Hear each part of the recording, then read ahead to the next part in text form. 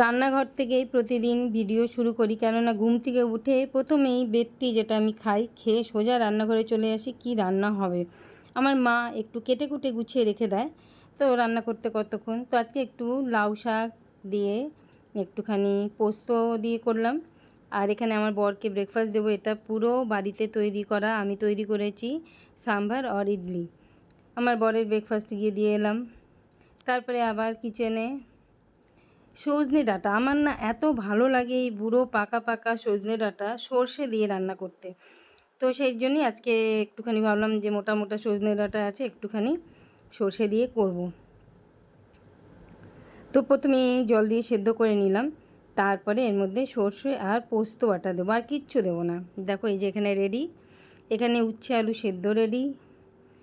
তারপরে আমার লাউ শাক যেটা পোস্ত দিয়ে করেছি সেটাও রেডি, ভাত হয়ে গেছে। তো কী বলো তো, একটু করে নাই নাই করে অনেক কিছুই হয়ে যায় টুকটাক টুকটাক। আর এখানে আমার ছেলের জন্য চিকেন, কারণ আমরা সবাই চিকেন খাই না। আমার ছেলে একটু পাতলা চিকেন খেতেই ভালোবাসে, আর এখন গরম পড়ে যাচ্ছে তো অফিস বেরোবে, বললো মা একটু হালকা করে করো। তো ওর জন্যেই একটু একদমই হালকা করে, বেশি কোনো মশলাপাতি দিইনি, হালকা করে চিকেনটা করলাম। আর এখানে চিকেনটা কষা হয়ে গেল, এবার জল টল দিয়ে জাস্ট ফুটবে। ওর জন্যে একদম পারফেক্ট চিকেন, ভীষণ পাতলা খায়। আবার মেয়ে আমার পাতলা খেতে চায় না, পাতলা ঝোল। মেয়ে বলে মা একটুখানি কষা টাইপের করো, তো আমাকে দু রকমই করতে হয়। আর এখানে ছোট ছোট দেশি ট্যাংরা মাছ আমি নিয়ে এসেছিলাম, গিয়েছিলাম একদিন বাজারে, আমি নিয়ে এসেছিলাম। তো সেই ট্যাংরা মাছ পটল আর ঝিঙে আলু দিয়ে আমি একটু কষা কষা করলাম। তারপরে চলে এলো আমার ব্রেকফাস্টের টাইম, চা বসিয়ে দিয়েছি। আর এখানে দেখো আমার মা একটু হাতে মাখা মাছ বসিয়েছে, হাতে মেখে মানে সর্ষে টর্ষে দিয়ে আর কি, তেল কাঁচা তেল টেল দিয়ে মাছ বসিয়ে দিয়েছে। আমার ট্যাংরা মাছও রেডি হয়ে গেল। এইবার আমার রান্না মানে ব্রেকফাস্টের পালা। মোটামুটি 4টে চায়ের কাপ, এমনি কাঁচা ছোলা, 3 বাটি ঘুগনি আর চিড়ে ভাজা, এটা হচ্ছে আমার মার আর আমার মেয়ের ব্রেকফাস্ট। তো মানে কী বলতো, রান্না শেষ হওয়ার পরেই আমি ব্রেকফাস্ট করি, তাতে আমার প্রায় 11:30 বেজে যায়। মানে আমি 10টায় রান্নাঘরে ঢুকে 11:30টার মধ্যে আমার রান্না কমপ্লিট। তারপরে দেখো ছেলে নিয়ে এসছে আমার জন্যে ড্র্যাগন ফ্রুট, বললো মা তোমার জন্য একটা খুব ভালো জিনিস এনেছি। এবার আমি খুলেই দেখি ড্র্যাগন ফ্রুট, আর আমার একদম ভালো লাগে না, কোনো টেস্টলেস একটা ফল। যাই হোক, ও ভালোবেসে এনে দিয়েছে যখন, তখন আর কি করব, খাই। তো দেখো চলে এলাম, এটা এক ছোট্ট খিদের খাবার, ছোট্ট খিদে মানে বড় খিদে না, ছোট্ট খিদের জন্য এইরকম কিছু একটা রেসিপি বানানোই যেতে পারে।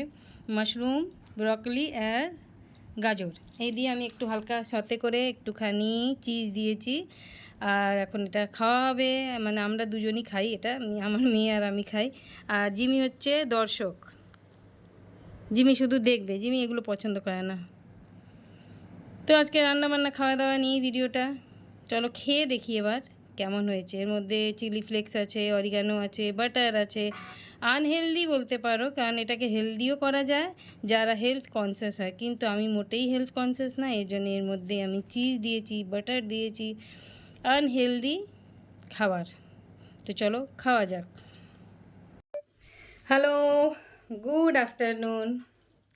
অনেক থকে গেছি রান্না করে, আড্ডা মেরে, এই করেই 4টে বাজে। সবার খাওয়া দাওয়া কমপ্লিট, আমার ছেলে অফিস চলে গেছে, মেয়ে খেয়ে অফিস বেরিয়ে গেছে, আমার মার খাওয়া হয়ে গেছে, আমার বরের খাওয়া হয়ে গেছে। বর অফিস যায়নি, বরের একটু শরীর ঢিলা ঢালা হয়ে গেছে আর কি, অফিস যায়নি।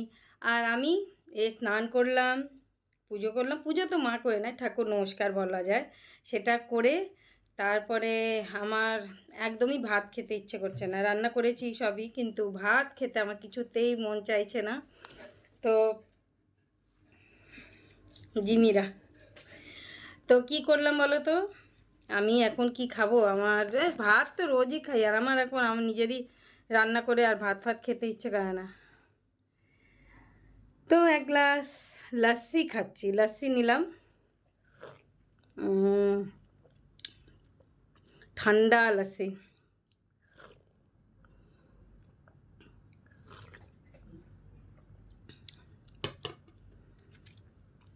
তো এই আমার আজকে দুপুরের লাঞ্চ লাস্সি।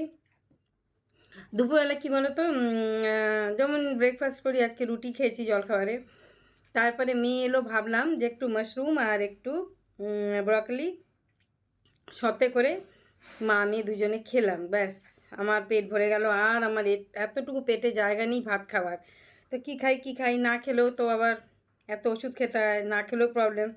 তো লাস্সি নিয়ে চলে এলাম, ঠান্ডা ঠান্ডা কুল কুল লাস্সি। আমার বরের একটু শরীর খারাপ, বাড়িতেই রয়েছে কদিন হলো, তার যত্ন আত্তি তো করতেই হয়।